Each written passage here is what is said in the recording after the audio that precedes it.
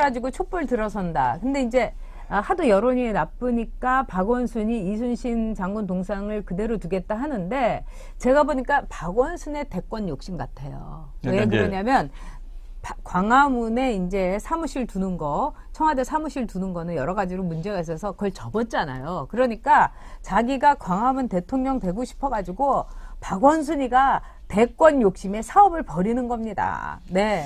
그러니까 이제 지금 이제 광화문 광장에 여러분 뭐 어제 뉴스를 보셔서 아시겠지만 광화문 광장을 이제 개조하겠다는 겁니다. 개조하는데 그런데 이제 이순신 장군 동상을 저쪽 정부 청사 앞으로 구석대로 밀고 세종대왕상도 지금 세종문화회관 앞으로 밀고 그다음에 이제 한복판이라는 촛불 관련 이제 조형물을 만들겠다는 거지요. 그런데 이제 여기서 문제는 뭐냐면은 자, 이순신 장군은 민족의 영웅입니다. 우리들이 광화문의 이순신 장군은 지난 50년, 60년 동안 우리 지켜봐 왔던 좀 우리 광화문의 상징입니다.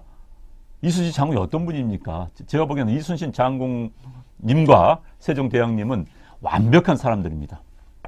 공동체에 대한 사랑, 애민, 그 다음에 지략, 완벽한 분들이 영웅들이고 위인들이시죠. 그분들은 우리 삶 속에 광화문에 그분들이 광화문에 있다는 것 자체가, 특히 이순신 장군 동상은 광화문에 있다는 것 자체가 역사입니다. 그 역사를 지금 훼손하겠다는 겁니다. 누구도 부인할 수 없는 거죠. 누구도 뭐라고 할 수 없는 역사인 거죠. 네. 게다가 이제 지금 광화문 이순신 장군을 없애고 촛불 아직 굉장히 논란의 여지가 아직 역사의 한 과정입니다. 촛불이 우리가 모든 역사 교과서에서 자 대단했고 뭐 했다라고 평가를 받는 다음에 오케이 하면은 그때 들어서 되는 겁니다. 아직은 촛불은 정치적 측면 또는 이념적 측면에서 논란의 소지가 있는 부분이 있습니다. 뭐 누구는 촛불이 싫어하는 분도 계시지 않습니까? 어찌됐든 간에 그렇기 때문에 그 분에서는 정리가 안 된 다음에 이 문제를 우리가 가지고 뭐 광화문을 조용한다? 그럼 먼 훗날 촛불 싫어하는 사람들이 그걸 뜯어고치자면 어떻게 할 거예요? 그러니까 아까 정정님께서는 선물로 주는 양초도 키기 싫다고 촛불에 이제 뒤어가지고 이런 분들이 한두 분이 아닙니다. 그리고 그 촛불 시위에 있어서 정말 뭐 보수들도 나갔고 그 촛불에 어떤 이제 공론화는 있었습니다만 결국 이것도 뭔가 이 민노총이 지금 우리가 촛불에 모든 돈을 다 댔다.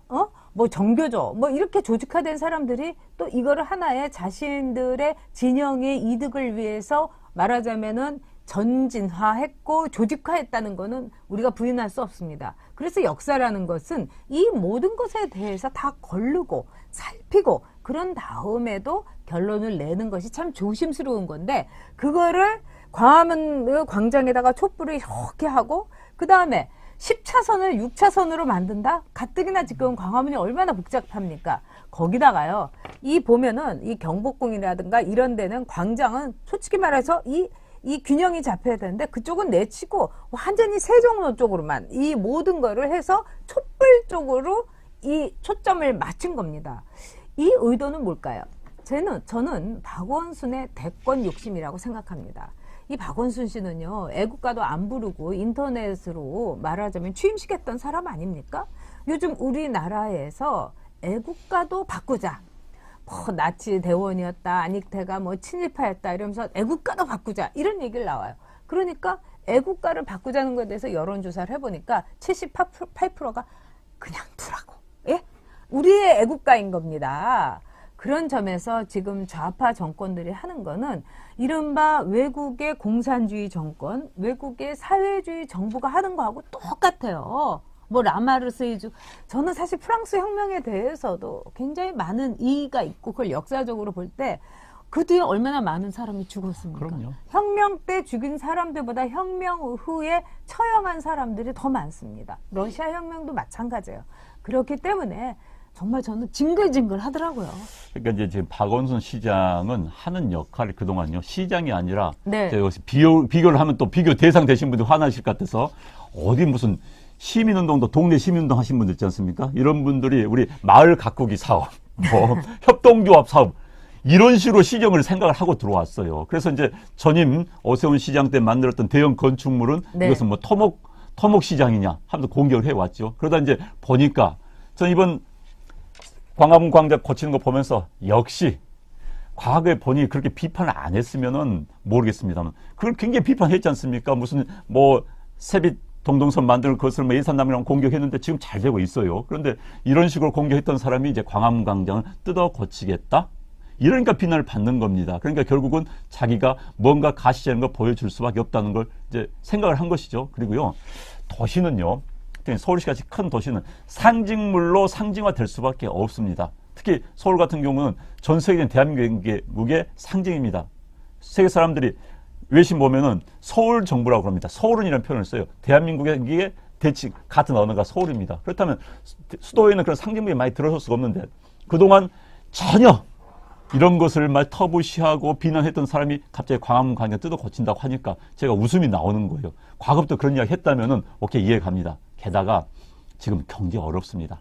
어려워요. 그런데 광화문 광장에 1,000억이 더 듭니다. 이거 네. 뜯어 고치는데 게다가 뭐 GTX역까지 들어오기 시작하면 끝도 gat도 없는 거예요. 지금 1,000억 훨씬 더 들 겁니다. 네. 그런데 그걸 지금 경기 어려운데 뭘 뜯어 고치겠다고. 일단 놔두십시오. 박원순 시장 때 안 해도 되는 겁니다. 저는요, 남북 관계가 더 좋아지고 하면 광화문은 그 단계에서 남북 관련된 대한민국 통일 조국의 수도로서의 조형물이 들어와야 되는 겁니다. 지금 단계에서 뭐 촛불 들어설 단계가 아닌 거예요. 박원순 시장이 할 수 있는 역사적 사명은 아닌 겁니다. 그래서 박원순 시장, 게다가 아까 홍보 부총리가 그 이야기 했던 무슨 뭐 건설 경기 살리겠다고. 네, 네. 이 사람들 과거에 누굽니까? MB 정권에서 경제 어려우니까 건설기 키우려고 하니까 뭐 토목 건설한다 막 비난했던 사람들이 결국 자기가 따라하는 거 아닙니까? 그러니까 한 입으로 두 말 하면 안 되는 겁니다. 그렇습니다. 네. 우동덕님께서 좋아요, 구독 꾹 눌러주세요. 네. 5,000원 슈퍼챗으로 후원해 주셨습니다. 바르게 걷근님께서 10,000원 후원해 주시면서 안전빵빵 흥해라. 네. 그 다음에 꼴통령 문재인님께서 10,000원 후원해 주시면서 김태우의 폭로와 손혜원의 만행에 대해서 언론이 너무 소극적이다. 그래서 저희가 네. 손혜원에 대해서는 앞으로도 그냥 주구장창 다루겠습니다. 근데 제가 볼 때는 이 박원순 시장이라는 사람이 이거를 이제 만들어 가지고요. 대선 즈음에, 아까 어떤 분도 얘기했지만 대선 즈음에 쫙 이제 펼친다는 겁니다. 이게 무슨 토목 흉내를, MB 흉내를 이거 내고 뭐 할 만한 걸 해야지. 결국은 조형물이나 만들고, 그리고 우리가 광화문에 대해서 서울 시민의 세금으로 하는 건데 지 돈으로 하는 것도 아니고, 그러면 서울 시민의 의사를 물어봐야 되는 거죠. 그것도 하나도 하지 않고 있습니다. 그리고 아까 아버네이드님께서 라마르세주 군갑니다. 막 전질하느라 굉장히 그렇죠. 그러니까 이 사람들은 동해물과 백두산이 뭐 마르고 닳도록 이렇게 소극적인, 말하자면은 이 애국가가 아니라 적기가라든가 북한에, 내지는 인민혁명가라든가 라마르세주처럼 아마도 임을 위한 행진곡을 이 사람들은 애국가로 만들고 싶은 것 거예요. 그렇죠. 마음속에서는. 네. 자, 우리 애국가는요, 지난 수십 년, 일제시대 때부터 우리 마음속에 담아온 우리의 노래입니다. 그럼요. 그것을 없애고 딴 노래로 한다? 그러니까 이 사람들이 대한민국에 자꾸 정체성 이야기하는데 자기들이 정체성이 없는 거예요. 그리고 특히 이제 애국가를 부르지 않는 사람? 이 사람들이 미국 욕하지요. 미국 가면요, 학교에서 아침에 다 노래 부릅니다. 미국 시골 가면요, 태극기 다 걸려 있습니다. 저는 미국 가서 깜짝 놀랐던 게, 아니, 트럭에 네. 성조에 붙여서 God save our army. 미국이라는 나라가 그런 식으로 애국심으로 국가를 똘똘 뭉쳐 나가는데, 이 사람들한테, 한국의 좌파들한테 애국심을 이야기하면 국가주의를 생각합니다. 독재를 생각합니다. 네. 그건 아니야. 한때 그럴 수는 있었습니다. 독재 정권들이 뭐 애국주의를 이용한 것은 있었지만, 자, 미국 보스턴 대학교 교수 하나가 연구를 해봤어요. 그 국가가 흥할 때 보니까 그 국가의 국민들의 애국심이 가장 높았던 시절이 국가가 네. 흥했다는 것을 밝혀낸 적이 있습니다. 저도 그거 보고 깜짝 놀랐는데, 애국심을 살리고 애국심을 북돋은 게 우리 국가가 살린 중요한 방법 중에 하나인데, 거기는 상징물이 필요합니다. 태극기 또는 뭐 국가 또는 뭐 이런 게 필요한데, 이 사람들은 그걸 생각하지 않고 애국가 또는 애국심 하면은 무슨 뭐 우파들의 무슨 논리를 네, 전혀 국가주의다 아니에요. 뭐 이렇게 그럼요. 비난하죠. 국가의 생존을 위해서는 자기의 공동체에 사랑이 필요합니다. 우리 공동체는 국가고 국가의 공동체는 애국심인 거예요. 그 공동체에 대한 사랑이 없이 어떻게 우리가 이어갈 수 있고 자손들한테 이 나라에서 살고 이 나라를 사랑하라고 이야기할 수 있습니까? 네. 아, 정혜원님이 아버님께서 6.25 참전 용사인데도 겨우 15만 원을 받으셨는데 손혜원 아버지는 150만 원 받는 게 맞나? 정말 기가 막힌 세상입니다. 정말 이건 있을 수 없는 일이 우리나라에 계속 이제 있는 일입니다. 근데 이 박원순 씨에 대해서 제가 이렇게 보면은 이 분이, 그러니까 겉으로는 굉장히 조용조용 얘기하지만 이분이 쓴 책을 한번 보시면은 여러분 소름이 쫙 끼치실 거예요. 저는 이제 박원순 씨를 개인적으로 만난 적이 있었는데 사람이 말을 할 때는 뭐든지 예스 합니다. 맞죠. 그것도 맞죠. 그래가지고 좌파치고는 굉장히 네. 온건한가 보다 이렇게 네. 생각을 하고 제가 책은 사람을 못 속여요. 책은 못 속입니다. 그래서 박원순의 책을 한 권을 그때 봤는데 심판은 끝나지 않았다라는 책입니다. 여러분도 아마 도서관에 다 있을 테니까 읽어보세요. 그거 보면 소름이 쫙 끼칩니다. 완전히 좌파적 역사관과 좌파 경제 속에서. 그러니까 손혜원의 아버지가 조선공산당 당원이었기 때문에 손혜원은 투기할 사람 아니라고 이렇게 말하자면 칭찬하는 게 박원순의 뇌 구조입니다. 그러면서 박원순이 했던 일, 시민단체에 다니면서요. 제가 직접 들었습니다. 모 재벌한테 돈 뜯으러 그렇게 수시로 온다는 겁니다. 그러면서 돈 뜯으러 왔을 때 말은 이제 재벌의 지원이라고는 하지만은 꼭 그 재벌의 문제 있는 말하자면은 이 협박 이런 거를 갖고 온다는 거야. 당신네들 뭐 이렇게 갖고 뭐 노조에서 이렇게 문제 있는데 우리 시민단체에서 뭐 이거 문제 삼고 이러면 어떡합니까? 돈 줘서 내보내는 수밖에 없었다. 그 재벌이 그렇게 얘기하더라고요. 그리고 박원순 딸은요, 이 여러분 몽 어쩌고 저쩌고라고 만년필의 명품이 있는데요. 거기서 몽블랑. 네, 거기서 말하자면 장학금 받아갖고 스위스 유학을 했어요. 몽블랑에서 세계 최초이자 마지막입니다, 여러분. 그건 또 뭘 뜻하겠습니까? 그렇기 때문에 이 사람은요, 여러분. 손혜원 못지 않습니다. 어떻게 보면 갑순이 갑돌이라고 할 수 있는 거예요. 그래서 우리 갑순이를 보호해야겠다고 박갑돌이가 갑순을 보호하려고 그렇게 쉴드를 친 겁니다, 여러분. 이거 한두 건이 아니에요. 네. 빚이요. 네. 자, 빚이. 빚이 2억, 뭐 마이너스 1억, 2억. 네. 그러니까는 자기 자산이 없는 거예요. 여러분들 같으면은 내가 빚이 2억, 3억이 있어요. 그러니까 전체 토탈 계산하니까 빚이 더 많은 겁니다. 네. 이런 사람이 압구정동에 50평대 아파트에 수백만 원 월세로 살 수가 있습니까? 없죠. 절대로 없죠. 불가능한 이야기, 네. 불가능한 이야기. 그런데 그 양반은 살았습니다. 그리고 살면서 사는 이야기가 왜 그렇게 넓은 데서 사십니까 했더니 책이 많아서. 자, 그런 분이 서울시장 돼서 서울시를 운영을 하고 있다. 그러니까 지금 뭐가 있습니까? 참 네. 답답한 분이 서울시장 하고 있고 답답한 게다가 이제 정도가 대통령까지 아니라, 마음을 네. 먹고 이제 광화문을 뜯어 고치겠다, 파헤치겠다 하는데 빚이 7억이랍니다. 네, 그렇습니까? 참. 정말 갑순이 갑돌이 기열고님 말씀대로 영원히 지구를 떠나라. 지구까지 안 떠나도 좋겠고요. 대한민국은 떠나줬으면 좋겠어요.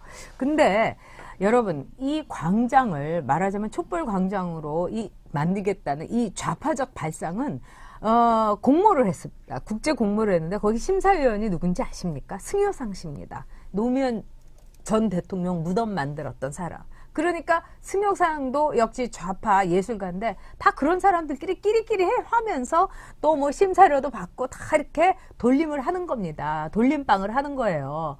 그러니까 여러분 지금 이 나라가 이 정도로 돌아가고 있고 저도 정치 안 할 거기 때문에 좀 조용히 좀 살고 싶어가지고 집에 있다가 오늘처럼 그냥 나와가지고 여러분에게 이렇게 열변을 토하는 거는 여러분 이대로 둬서는 안 되는 겁니다. 한마디로 쓸데없는 짓을 박원순이가 하고 있습니다. 한마디로 박원순이 나라 팔아먹을 짓을 하고 있습니다. 여러분 그리고 의심을 해야 됩니다. 송갑순이가 광화문 근처에 빌딩 샀을지 누가 합니까? 그러나 박원순 씨가요. 자기 책을 보면은 네. 1년에 뭐 몇 개월 해외 돌아다녔다. 네, 네. 그것도 보면 또 비즈니스 타고 다녔다는 거 아니에요. 그러니까요. 비즈니스 클래스 타고 네. 다녔다는데 그 돈은 빚이 몇 억이 되는 양반이 그 돈을 그렇죠. 어떻게 해외를 돌아다니고 있었는지 좀 이해가 되지 않아요. 이해가 되지 않아. 그래놓고 이제 옛날 또 무슨 책 좋아한다고 네. 뭐 자기 직무실에다 복사하고. 책 네. 책상 나누고 한데 참 쇼. 진짜 박원순판 쇼. 그만 좀 해야 됩니다. 참 좌파들의 뭐 이런 이야기 해주셨는데 그런 쇼. 그런데 서울시청도 쇼. 대한민국은 쇼로 끝날 나라 아닙니다. 네.